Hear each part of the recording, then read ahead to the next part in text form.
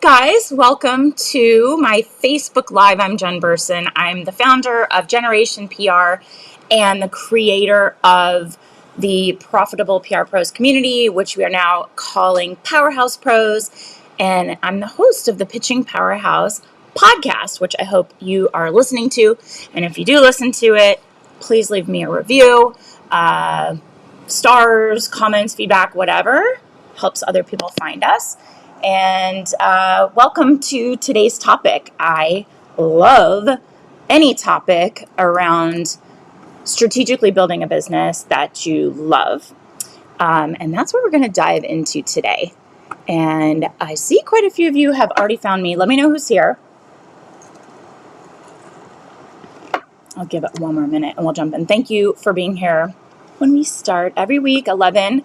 However, programming note, I am not going to be live next week. Taking our kids on our annual summer family camp trip. I'm like trying to get this adjusted. It says hi, Jen. That's either Amy or Chrissy or Mia's on the Facebook group versus the Generation page. Which one? Somebody just said hi, Jen. I don't know who it is. There's a delay. You guys know that. Oh. Who's that? Let me see. Huh? Hi, Jen. Bye, Jen. Well, let's dive into... Oh, it's Nelson. Oh, hi. Nice to see you. So for some reason, I don't know. I can't see. I think for privacy reasons, because I'm using third-party platform to broadcast, and if I think the business, you have to like the business page for me to be able to see your name. I don't know. It's very odd. But I have heard from a lot of members of our community. Let me know if this is one of you, if this resonates with you, if you feel that you agree with this statement. But a lot of people in our field are feeling unsatisfied with their work, with their results. They're feeling overwhelmed. Maybe they're feeling a little bit lost and frustrated because things are a bit outside of their control. And you can, if this resonates, you can give me a heart or say yes. It's just, I know we have all felt this at some time. Sometimes we might even feel resentful of our business. And we've all felt it. Listen, I'm not going to say, oh, you should love your business every single day. You can't love everything at all times. Like sometimes we get frustrated with our clients or our spouses or our kids or our families, our friends. And it doesn't mean that you're going to give up or that you're not in it for the long haul. It means that, maybe you're stuck in a plateau or you need to just take a beat and regroup. We're going to talk about ways that you can, at least on this discussion, fall back in love with your business again, even if you're in that space where you hate it. You might be missing out on revenue or unsure about the future of your agency as a whole. A lot of people are feeling this way in light of AI and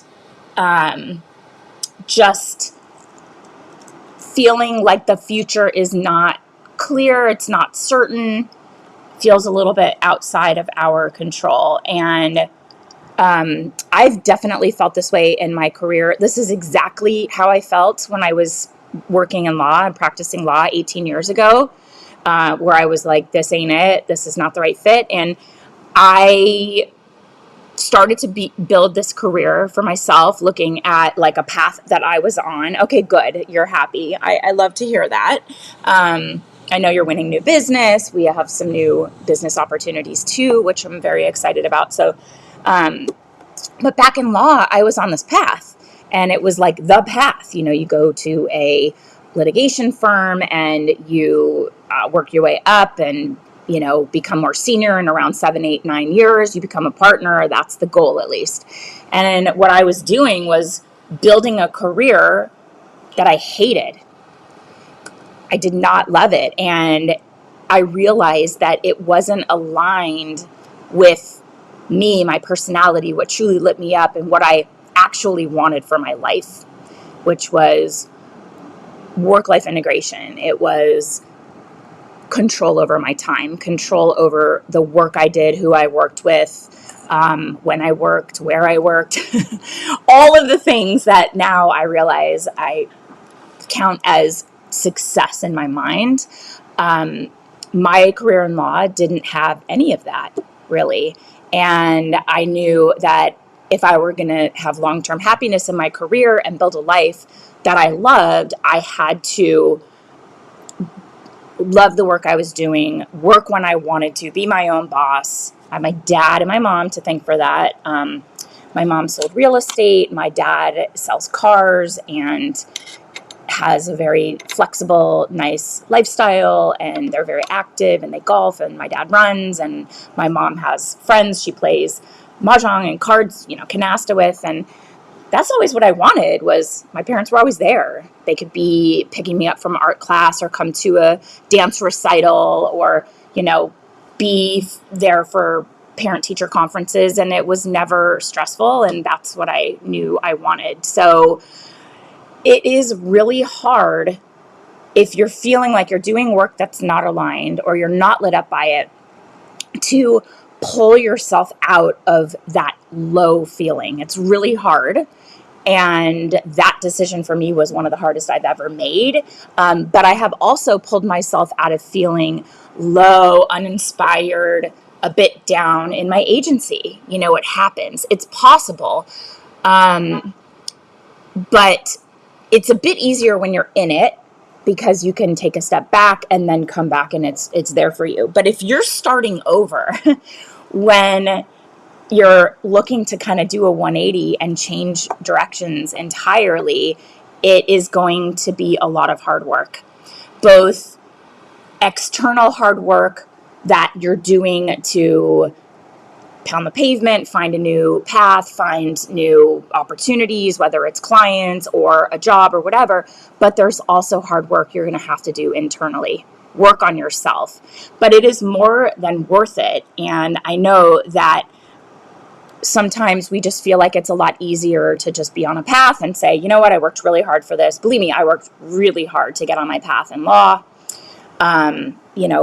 Law school was very expensive, very time consuming. Taking the bar was extremely hard. And getting a job at a top firm in LA was like a gift. And I was like, am I throwing this away? But I felt that I deserved more. And I deserved to work doing something I loved that was going to leverage my natural talents and abilities, my personality. And I knew I wanted to work for myself. So I wanted to build a business that I love. And I believe that, so who said, yep, making the moves right now? Because I know that's not Nelson, because you just said, not me, I'm happy, everything's great. So who said making the moves right now? Who said that? This shirt is not laying right. It looks so prissy. It's supposed to just be loose with little puff sleeves, and I don't know if it's the wrong size. Chrissy. Okay, good. Yes, and Chrissy is in our programs and I was telling her yesterday, we had a coaching call for our Agency Accelerator Plus members, and just telling her that I felt like she was always really top of the game in terms of technology, making her job easier. She's growing her retainers so that she can build a team. She's hired 2 new team members. Yay. This is all stuff that we work towards in Agency Accelerator. I'm just going to do this one time and it's not going to stay. It's so annoying. Okay. Anyway, so I love hearing that, Chrissy. I'm here for you. And for anybody watching, I'd love to support you in this transition, whatever that looks like for you. But I want to first share my best tips for getting off the hate train and creating an agency that serves you in every way that you're seeking. Money, control over your time, flexibility, freedom, doing work you love, doing work that makes you feel like you have a sense of purpose. That's what matters to me. And that's what success looks like to me. So we are going to talk through how to create an agency you love, even if you hate it right now. I hope you don't hate it. Maybe it's just a little bit of a downtime, right? The first thing I recommend that you do is establish a clear vision for your agency. This is the very first step in getting your business back on track.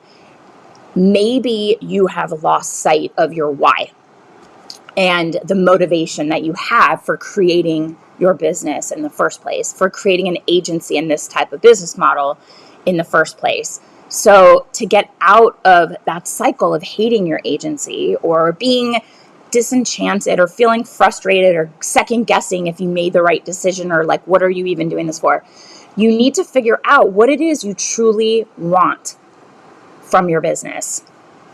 Anyone who's here right now, can you let me know if you have thought through this and you have a big why or even a few small whys? You know, I've shared my whys. I knew I always wanted to be a mom.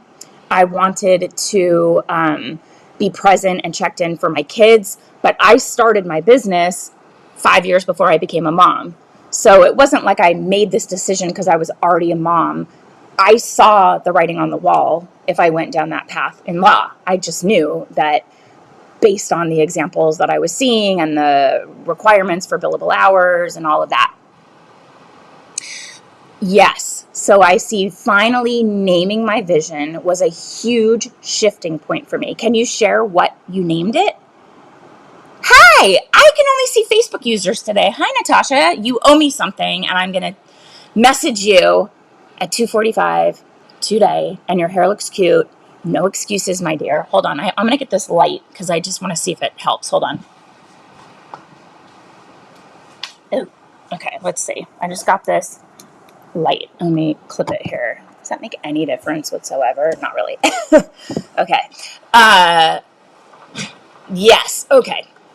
So naming your vision was a huge shifting point. What did you name it? How did you come up with what it is that is your why or your purpose? If you want to get out of that cycle of hating your agency, figure out what you truly want from your business. What niche do you want to work in? What super lights you up? Not what have you done in the past, but what do you want to do moving forward? Chrissy said, I was sitting down to develop my belief statement and the impact I want to make, as well as literally writing down what my ideal day and career looks like, or my ideal day and career look like. I love that. I'm living my ideal day every day. Like my kids called me yesterday from camp and they're like, we hate it. It's boring. And I never want to pick them up early or give into that. But they were supposed to be at Magic Mountain and the bus broke down. And so they didn't pack their swimsuits. And so instead of having like an hour to swim, they were now just sitting outside for an hour and it's like over 100 degrees and really, really humid and sticky and yucky. And they didn't pack lunches because they were supposed to buy lunch at Magic Mountain. So it was kind of like a blah day, and I gave in for that reason. So I was so grateful that I could just stop what I was doing, go and get them and come back, spend a little time with them when they got home, talk to them about their day. Oh my God, why? Ugh. Okay, so think of what you want your ideal schedule to look like. That's so interesting, Chrissy, because it's in my notes of, do you want to fully work from home? What does your ideal schedule look like in terms of that work-life integration? What kinds of clients are you taking on? How's your team structured? Chrissy's bringing in team members to do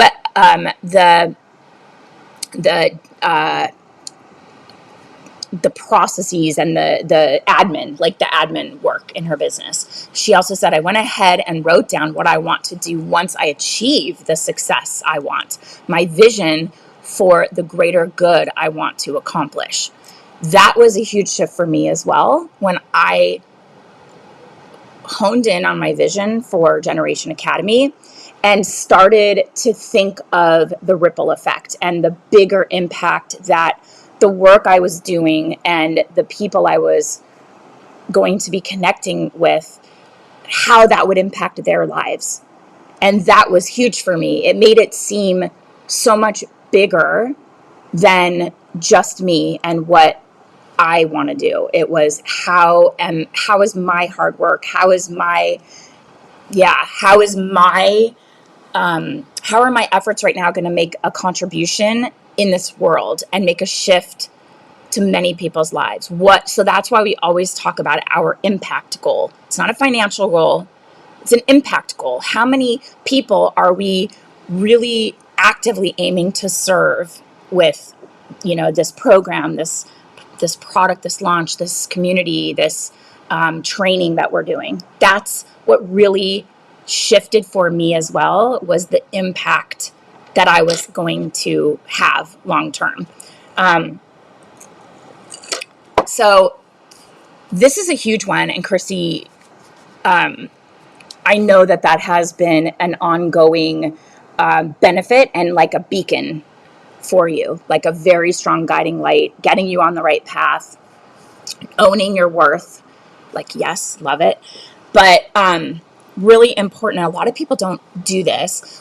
One of the things that we kind of kick things off with inside of the Agency Accelerator is strategy, sales, service, scale. That strategy piece, we work on a vision code. And that's not just like, I want my business to make this much money and I want it to have this many clients and I want to work in this niche. It is, what does your life feel like? What does your business contribute to your life and make possible for you? How are you serving? How is your business serving you? And we're going to dive really deep into this more in my upcoming event called Take Charge Live. I'm so excited. We're officially announcing today. I have quite a few of you that are on here that are on the wait list. That is the information page and registration page, so you can read more about it. But it's going to be seriously impactful. You're hearing just from Chrissy, who's gone through this exercise, and it is something you have to revisit fairly often as your life changes, your business changes, your family's needs change. But with a clear agency vision in mind, you can start taking those necessary steps to change your situation, rebuild your business into what it is you're dreaming of. In Chrissy's case, honing in on the kinds of clients she wants to serve, rethinking her contracts in terms of the rate and the length of time so that there is more revenue coming in to support bringing on a team to take over the admin stuff that she knows is not the best use of her time, and thinking through very strategically how she wants the business to feel. So we are going to help you hone in on this vision and your purpose and your very good. Okay, here you are. I see you now. I learned I am worthy of success. Absolutely. And it's not a fluke. That was, for me, a hard one I had to see a lot of evidence before I allowed myself to believe that I actually earned the results I was getting, and that it wasn't just like a lucky break or a flash in the pan or like a one-time thing. It was sustainable. And it took me a long time. I think I've mentioned to you guys, it was the day I had a client in New York at her Today Show debut, same day that I was at the Ellen DeGeneres show watching their big Mother's Day giveaway episode with two of my clients in the green room. Two clients, very low budgets, only did giveaway, no payment, no gift card, which is now the show's not on, but that towards the end was what they required, or an ad spend. Truly earned media. Broke both of their websites. It was incredible. That was the day, 5 years into my business, client on the Today Show, two on Ellen, same day, where I was like, okay, I think I'm good at this. I think I will allow myself to see that I did earn my success. And it wasn't just happenstance or an accident or lucky break. So I understand that. I learned I am worthy of success. How has that shift impacted you, Natasha? What has that enabled you to do in your business? I think I know. And, with this vision in mind, will help hone in this clarity. You can start taking those necessary steps so you can change your situation, rebuild your business into something that better aligns with that vision, something that is what you dreamed of when you first decided to go out on your own. And it also allows you to really easily set boundaries around the hours you work, the projects you want to work on, how accessible you are to clients, how they can reach you when they can't reach you because it's, off hours, and being confident in that. She says, I just have more confidence in all things, better clients, better rates, hiring the right team members. Yep. Awesome. I knew about better clients, better rates. And, and finding a team member once you have a clear vision, somebody that aligns with that. So it's like a guiding light, and it makes saying no so much easier. And if you're ever unsure about a decision, you come back to your vision for that guidance. Would saying yes to this get you closer to executing your vision for your business and your life? And if the answer is no, it's an easy thing to move on from. If it's not a clear yes, then it's an absolute no. And that is, you have a VA, finally hiring a VA who is the best. I love that. And anybody that knows my integrator, Miranda, she started working with me as a VA. And I heard her on a friend's podcast. I connected with her on Facebook. I was just listening to her and was like, this is somebody, because she was talking about systems and spreadsheets and processes. And I was like, ugh, not my jam. This is somebody that I probably need to keep on my radar. And then I started working with her a couple months later. I just reached out, and it was like, here's my form, fill out this form. And I was like, can we just get on the phone and talk? Because my situation is going to be a little different. And she first started on as my integrator, and then she got to know my business and my goals and my purpose and the impact we want to make. Hi, Kathy. Nice to see you. Thanks for joining. And she grew into the role. And I one day was just like, will you be my integrator? And she was like, I thought you'd never ask, and it kind of required her to make some big changes in her own business, shifting away from many clients with small projects to fewer clients with bigger projects. And now she's almost exclusively supporting our business. And I'm so grateful for that. But I mentioned to Natasha, because even with our program, the Pitch Lab, which Natasha's enrolled in, you can train that VA if they're a good writer and they're savvy, or you find somebody who is a VA, good writer, good with follow-up, and you guys work together on drafting pitches and they can send it out. You can train that VA very quickly with our Pitch Lab roadmap. You can train them to support your team with media outreach, and start to edit their stuff before, if it's early on in their expertise, and then they'll grow into the role and be able to draft and set their own pitches. Natasha says, I try to complain less, keyword, try. I try to come up with a solution before spiraling now. Yes. And here is an example of that for me, because my vision for my business is a feeling, and spiraling is a feeling. It's a feeling of anxiety, and it's a feeling of being out of control. Okay. Yes. And Natasha said she has her doing pitches. Perfect. So spiraling is a feeling, and being out of control is a feeling. So I decided I wanted my business to feel a certain way. And I've had a lot of practice at this. Now I've had kids in my business for 13 years. I've been running my business for 18 years. And I've seen a lot of stuff. I've experienced a lot with my team and with me. And I know that a simple mistake is not the end of the world. Even if it is the end of a client relationship, it's not the end of the world. So I want my business to serve my life as a mom. And if I'm momming at the moment, then that's my focus and priority.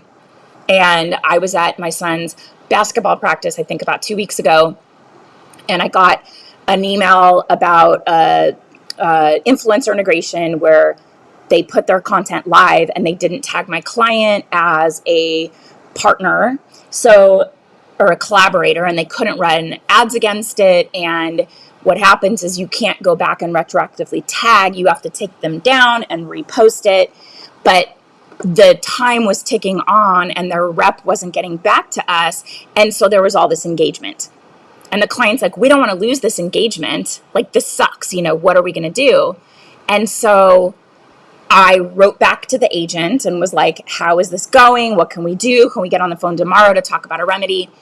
And then I wrote back to my client. Only I didn't. I wrote back to the agent. And I mentioned, this is so frustrating. I'm so sorry. We just sent them a message. I hope that we can get this resolved.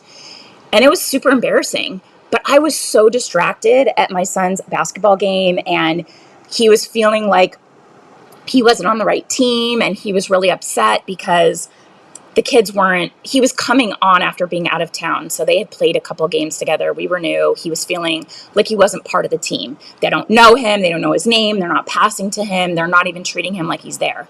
So he's like, mommy, mommy, mommy. My 11-year-old still calls me mommy. I'll take it as long. My son goes, I will always call you mommy. And I'm like, sure. But the other one's calling me mom, sometimes mommy. But my older son. My younger son was like he was feeling it. And he was like, why aren't you paying attention to me? And I screwed up. And I just sent that feedback to the rep instead of my client. And the response we got was very professional. I think she saw that we were frustrated. She didn't acknowledge my blunder.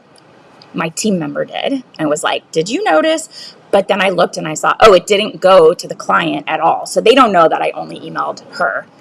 And my husband called it, like, Curb Your Enthusiasm, accidental text on purpose, where you pretend like you're sending somebody else a text, but you send it to the wrong person, but it says something about them that you kind of want them to know, but you don't want to be the one to tell them. Accidental text on purpose. It's like Larry and oh my God, his yeah. Oh, Sierra calls you mama. I love it. Jeff, his manager, wants Susie to believe something, and so they send each other texts about Susie, like, she's just, I wish I could take her to the airport. She's the love of my life. I wish I could see her off. And she's like, oh my God, and it's like accidental text on purpose. So my husband said, kind of seems like an accidental email on purpose, because it got her to see that she needed to take action. And I was like, sure. It was super embarrassing. But then I addressed it the next day, and I just said, I was busy in mom mode trying to do it all and clearly not doing a good job of it. And I appreciate, sorry for the unprofessional email. It was very, like, I acknowledged it. And she was like, no worries. And it was like good relationship. It didn't say anything too bad. But those are the things that you just have to say. Like Natasha says, come up with a solution before spiraling. I don't want to spiral. I spent years spiraling, thinking through, what's the client going to say? What are they going to say about this mention? I got them on Ellen, and the blankets weren't folded in the order that she wanted them to be, and she's going to criticize. And it's like, why am I focusing on that tiny little thing when the greater result is like incredible, like A++++? But that's because I had a client that would spiral. I don't need to adopt their mental breakdown and their hangups. I did a good job, and I don't want my business to feel stressful. So in the Ellen show moment, I was just like, I didn't have control over that. They had, we sent it, we gave instructions, they chose to do it how they want. But also, by the way, you were just on Ellen, so like, get a grip. But she was abusive, in very gaslighty. Before that, we knew that term. And I just had to make a decision in that moment with those clients. I'm not going to spiral anymore. I don't like it. There's nothing I can do. And spiraling makes no difference. So I saw that in action the other night. Getting to tell myself, you know what? I sent an email to the wrong person. Like, if I never work with them again, it's fine. They're kind of annoying anyway because they're not being proactive. Dragon lady. Yep. Kathy says, being respected as an expert in business, not a staff member employee, can be an issue. Absolutely. And that's why, Kathy, having that vision and setting those boundaries are so extremely important, because once you decide you're not an employee. And we had a client that was giving us projects and would say, well, you haven't completed the project to my satisfaction. And we're like, we create we create the campaigns. You hire us based on our execution, and we create the strategy and the tactics, and we implement them. And she was very clear to us, Kathy, she was starting a different dragon lady, but I saw the writing on the wall. I fired this client. Also, they hired another PR firm, and we were like, what are you doing? I just came across that email. I was digging for something Miranda asked me for as a template we're creating for you guys. And I came and I was like, and realized she was treating us like we were employees, and saw the efforts we were making as like little projects, and did not get it. And that was just the feather, like the nail on the coffin of like, we're done, we can't. And it was hard to cut off a client that paid on time, paid a nice juicy retainer, but the new team did not get it, and our work would have felt so heavy and so frustrating. And I don't care how much you're paying me, if you make my life miserable, it's not worth it to me. And that's why having that vision and having really solid values helps you make those decisions. I still have to work on that at times when clients spiral because they're in their own head, but they don't really deserve to have space in your head or your emotional and mental bandwidth and health. Don't you just feel great when you fire a client for their terrible behavior? It makes you feel 100 pounds lighter. You feel a huge weight lifted off your shoulders. And there's something about the energy that comes with that you put back into the world, where like the next thing that comes along is just so aligned. It's like the universe gives you a little cookie for doing what you're supposed to do, and says, good job. Now here's an ideal situation, since you cleared out the space from this one that did not align. So just know that. And when you have a clear vision for your business and how it serves your life, you can say yes with confidence, and you can say no for things that are not aligned in any way. And you don't have to convince yourself, well, it's money and it's revenue, and maybe I can like change their mind or get them to see. It's like, you trust yourself. Nelson says he felt so great when he fired a terrible client 2 years ago. I need a picture. Chrissy's saying, I need to put a picture of Nelson saying, I forbid you, on my monitor. We align there. And I always say too, like, I'll just put those 3 red flags. And it's like, think about what you're feeling, because those are very solid red flags, which we cover in Agency Accelerator. I just think even that is worth so much saved time, money, and stress by knowing when to say no, and like not talking yourself out of those red flags. Here is another great one based on what we're talking about, is get out of a reactive mindset. So to get to a place where you really, truly love your business, you have to stop making reactive decisions in your business. And when you're in that place of just being stuck in a reactive mindset of, whack-a-mole, like putting out the fires, answering the emails as they come in, you never take charge of your situation and put together a plan or a clear path to achieve what you want to achieve. You just end up taking on clients and strengthening your media relations, all those connections, and your deep expertise in niches that you don't like, or doing the kind of work that you don't love, that you're going to hate long term, because you're saying yes to things that show up. I I love saying I forbid you to the group when I know they shouldn't do it, and most of the members listen to me. Yep. That's what's so great about our community is we have seasoned pros sharing their, battle fought lessons for newbies or people that are just kind of second guessing themselves. Maybe they haven't really truly discovered like, I'm worth that, or this doesn't feel right, or trusting themselves. So, people like me and Nelson and so many others are comfortable to say, where does this leave you? How does this really feel, and how does it align? Like, take a look at what you're saying. Those flags are there. So I see hi Jen with a heart, but I don't know who it is. Anyone who's watching on the Facebook group, Powerhouse Pros, for some reason I can't tell who's who. Anyway, so the other thing about going down these paths where you're being reactive and you're saying yes to stuff that isn't really aligned is it attracts more of the same work. Your work product. Oh, hi, Kelly. Kelly joined our call yesterday, and it was so fantastic to see her. And she brought some issues she was having with clients, and we all talked through it. And hopefully Kelly has some new strategies and marching orders to go implement now. This reactive mindset is just going to lead you to overwhelm and burnout. And you'll feel buried in work that you don't enjoy. And then you feel there is no way out because you're like, I'm just starting over. I don't have experience doing that. I don't have case studies to support that. The more you go down a path, the more evidence you have for anybody else who wants to work with you that you can do that for them too. So you're going down a path of attracting more of the same that you're like, I don't even want to do this. So be proactive. Go after what you want, not just what comes your way. And that is going to align with your vision better, and it'll lead you to a feeling of purpose and fulfillment and success.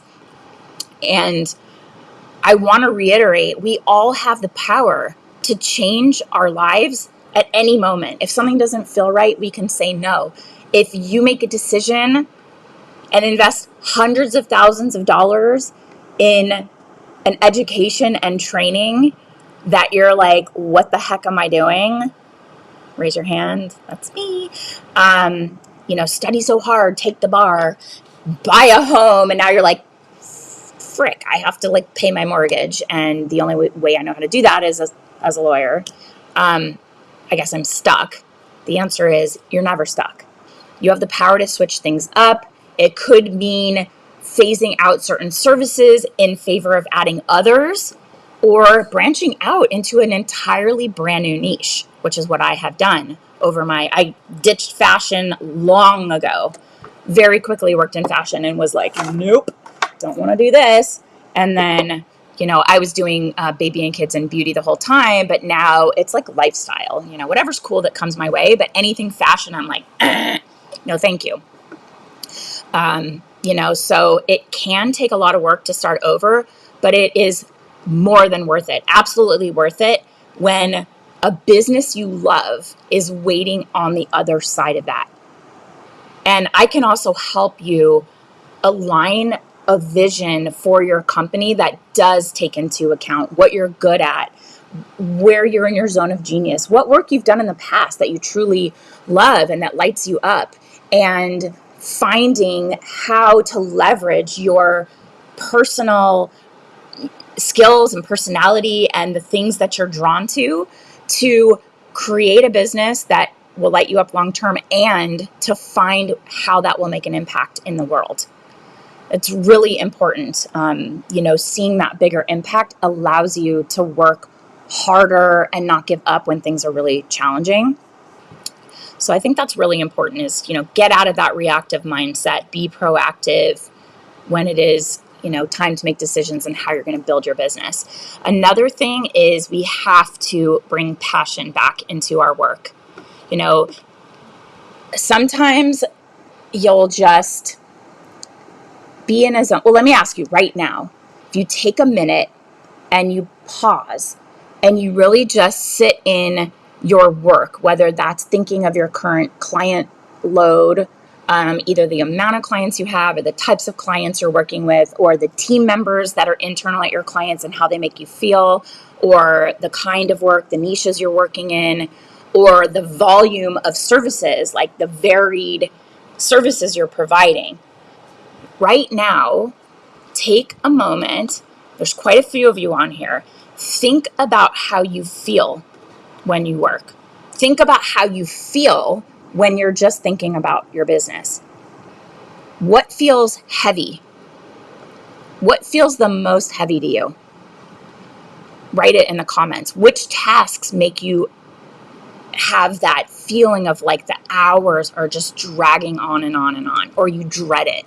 You just absolutely dread it. For me, I don't love client calls. I just don't. I don't know why. I feel like there's always like one more thing, and they just throw all these things at you. And we always have an agenda. That's a way to keep things on track.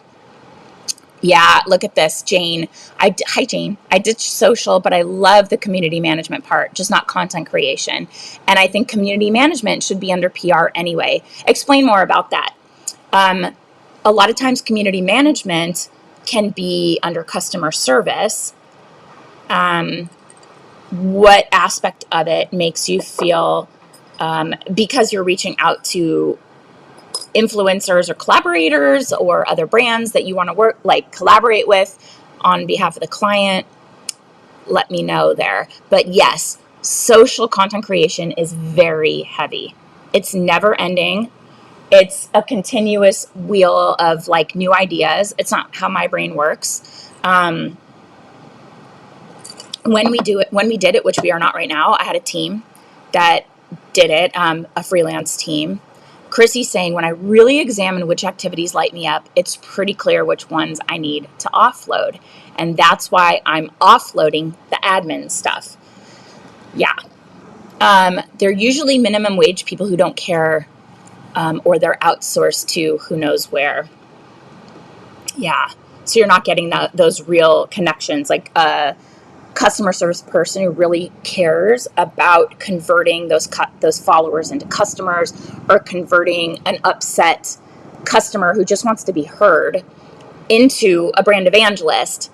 Yeah, I can turn a potential customer on the edge of buying in 20 seconds. Yeah, that's great. And that's worth, they're paying so much for social, even paid social, that converting a lead to a customer is huge because it really directly impacts their cost per lead, their customer acquisition cost, which all brands are tracking.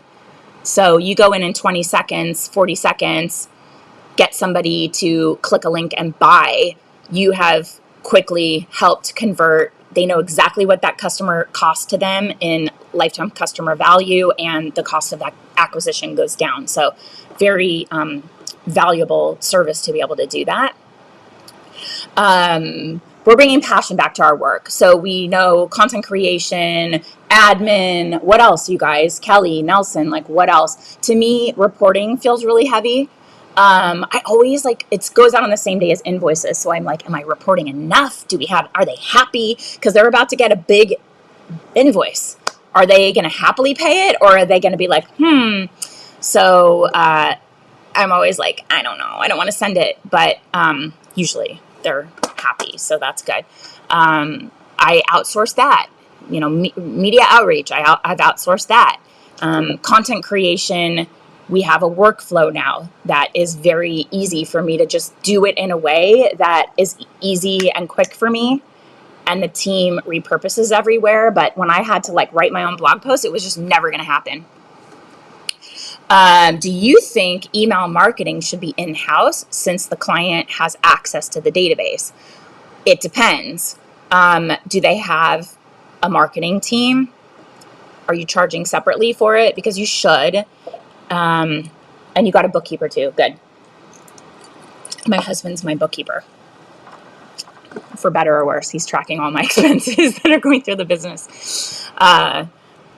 It depends. So email marketing could be written emails and you're writing the copy and there's a strategy behind it, like a conversion strategy, or it could be designing a promotional email with a sale or a discount or something like that.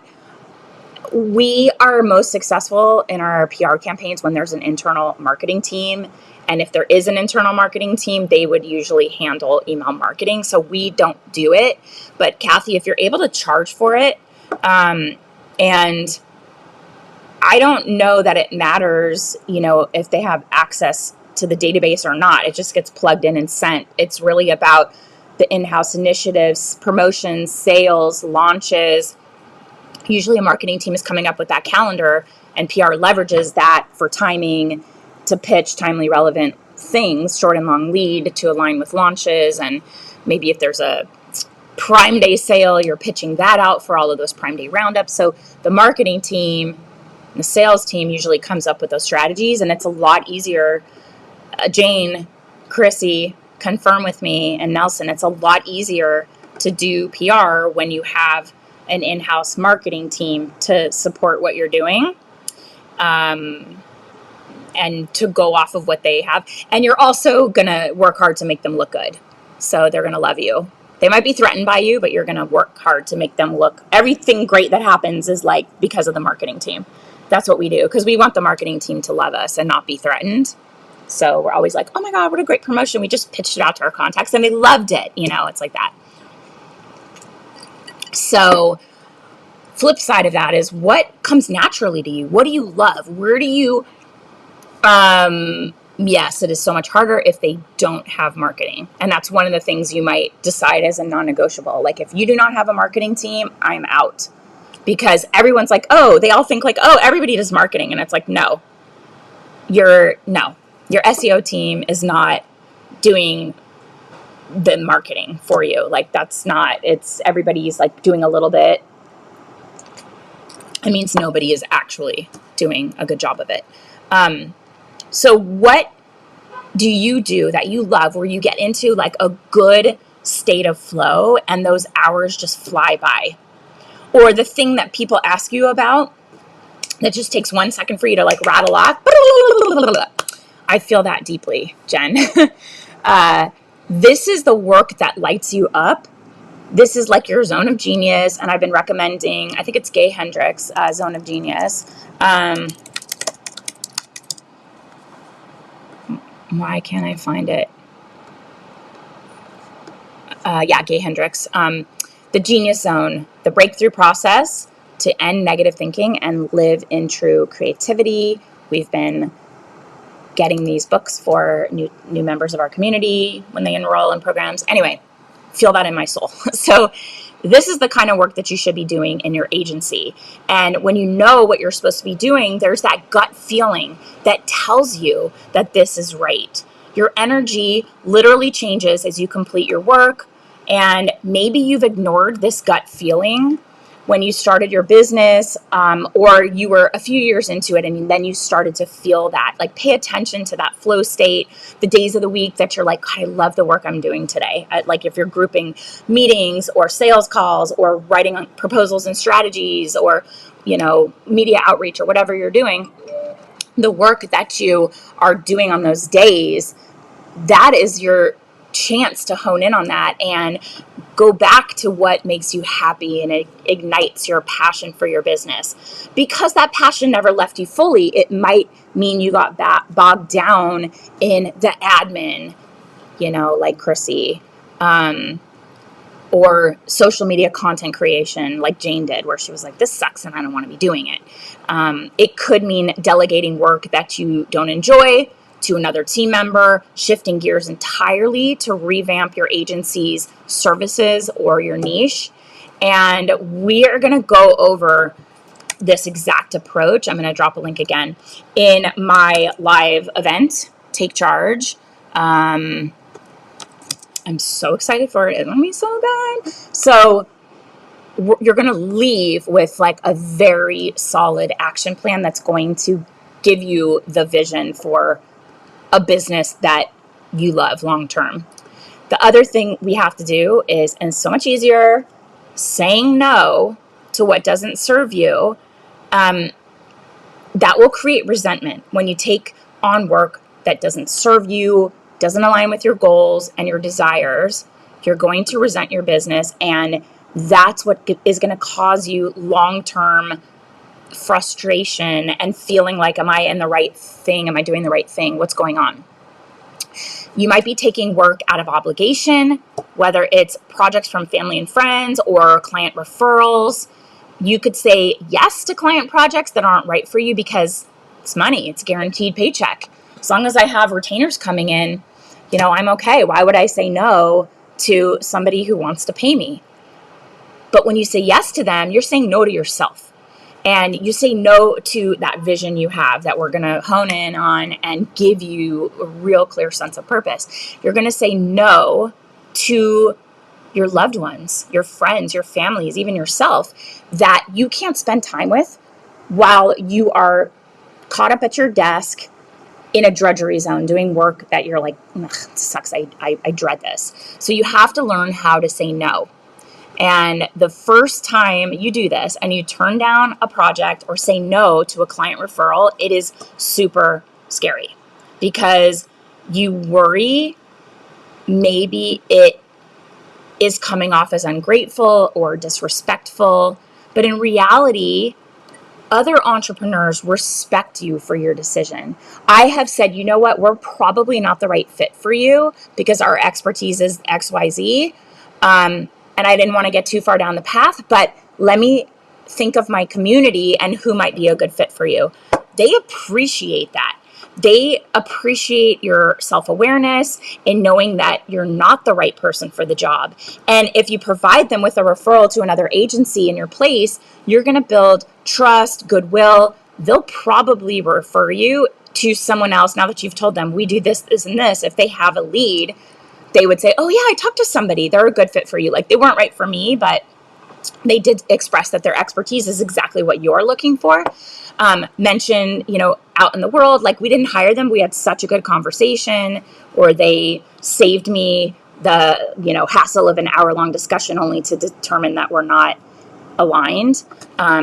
So it's a good thing and they'll respect you. So saying no to what doesn't align with your values will make saying yes to what does even easier. And that's that gut feeling that something is the right fit for you, a new client or another niche that you just happen to love personally, or that you see somebody else doing and you're like, that looks really cool. Something that is the perfect fit for your vision and your agency. When you feel that, you can chase it because this might not work out, but I'm on the right path here. I know I'm on the right path. This is good for me. This is where I should be.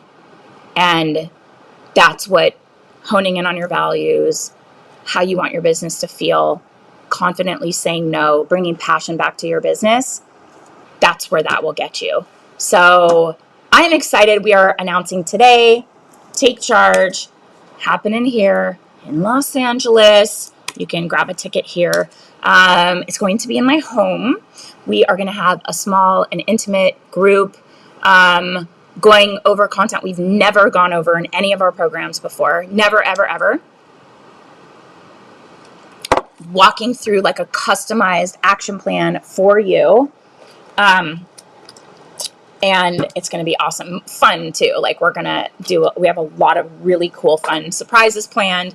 It's a Friday in September, so that if you are traveling to Los Angeles, you have the weekend to explore the city. We're going to be making recommendations for things you can do. And I think we're also going to be going on a group hike that next morning if you guys are still around and you want to go. But we have a welcome cocktail party and hands-on workshop on Thursday night, and then a full day of working on your business. All of your meals included. You'll get headshots with my preferred photographer. All of this is included in the cost of your ticket. We have really good food planned, meals planned. We're going to have a wrap dinner at my favorite new restaurant that's in my neighborhood. That is like the cutest, most awesome place ever.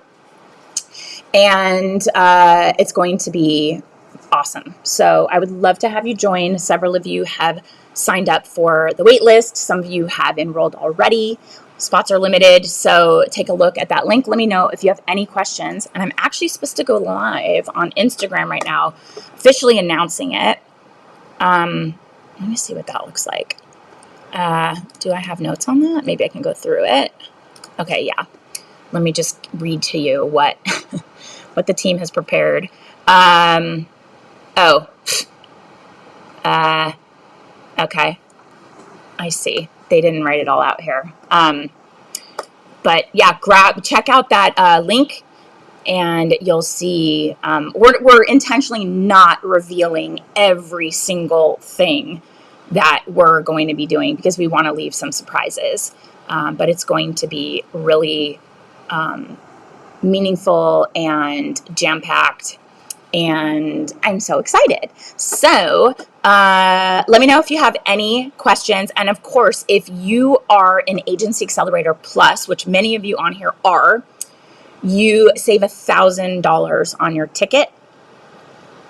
And you can click a link and get the coupon code for checkout, and then you enroll for eventually basically like 50% off. So let me know if you have questions. I'm going to bounce. If you're on Instagram, you might see me over there. So thank you guys for being here. I always appreciate your time with me. And let me know. Take charge, you guys. Let's do this. It's going to be really wonderful. It's kind of the plan, like the new plan of the event that was April 2020 that we canceled just as COVID hit. And it's going to be much smaller, much more intimate, and stuff we've never done before. So I hope to see you there, and take great care. Have a great rest of your week. And next week I'm off, and I will see you guys mid-August. Have a good one. Talk soon. Bye.